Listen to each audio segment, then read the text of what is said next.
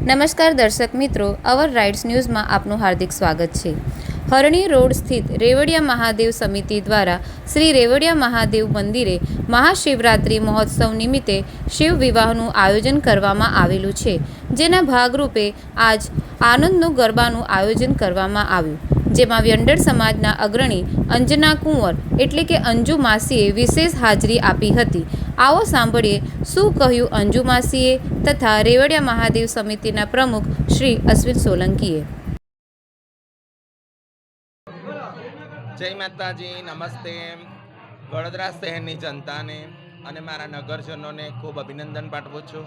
આજ રોજ રેવડિયા મહાદેવ આજે એટલું ભવ્ય આયોજન કર્યું છે કે એની ન પૂછો વાત। વડોદરા શહેર આપણી સંસ્કારી નગરીની અંદર ખૂણે ખૂણે ભગવાનનો નાદ ગુંજી રહ્યો છે અને આજે અમે અહીંયા રેવડિયા મહાદેવે આવ્યા છે।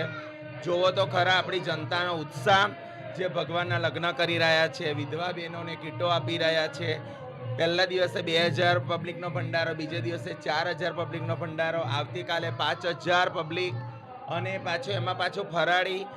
આ ભગવાને કેટલો આપણી જનતાને ભાવ મૂક્યો છે અને ધન્ય છે મારી સંસ્કારી નગરીને। અને આ રેવડિયા મહાદેવના જે બધા ટ્રસ્ટીઓ છે અને જે કાર્યકર્તા છે એમને પણ ખૂબ ખૂબ ધન્યવાદ છે કે આજે આનંદના ગરબાની અંદર આટલી બધી પબ્લિકને ક્રેઝ છે, જોયો છે, મને ખૂબ આનંદની લાગણી અનુભવું છું।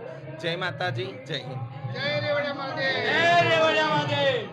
આજે ખબર ને એક અનેરો ઉત્સાહ આજે અમે મહેસૂસ કરી રહ્યા છે કે અંજુ માસી આજે રેવડિયા મહાદેવના દર્શને આવ્યા છે અને અમારા આમંત્રણને માન આપી અને આનંદના ગરબામાં જોડાયા। અમે ખૂબ ધન્ય અનુભવીએ છીએ। આજે છેલ્લા 11 વર્ષથી રેવડિયા મહાદેવ મંદિરે આ શોભાયાત્રા, શિવ વિવાહનો કાર્યક્રમ ખૂબ હસી ખુશીથી ઉલ્લાસભેર તમામ લોકો અમે ઉજવીએ છીએ।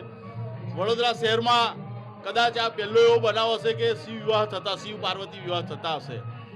અમે હરણી રોડના તમામ યુવક મંડળો ને એ બધા અમે શિવજી તરફીઓ જે શિવગણ હોઈએ છીએ અને વડોદરા શહેરનો તમામ ભરવાડ સમાજ એ માતાજી તરફે હોય છે અને આ જે સંયોગ એક કહેવાય કે ઉત્તમ નમૂનો છે કે આ તમામે તમામ વર્ગના લોકો એક થઈ અને આ અતિ ઉલ્લાસ આનંદથી શિવ પાર્વતી વિવાહનો પ્રસંગ ઉજવી રહ્યા છે અને આજે એની કૃપાથી સૌ ભક્તોની મદદથી 11 તોલા સોનાના હાર અને ઘરેણા માતાજીને સૌએ અર્પણ કર્યા છે। અમને ખબર ને અમે શું કરી રહ્યા છે, પણ એની ખબર ને એવી અમારા તમામ પર એવી કંઈક કૃપા છે કે અમે ન ધારેલું એ અમારી પાસે કરાવે છે।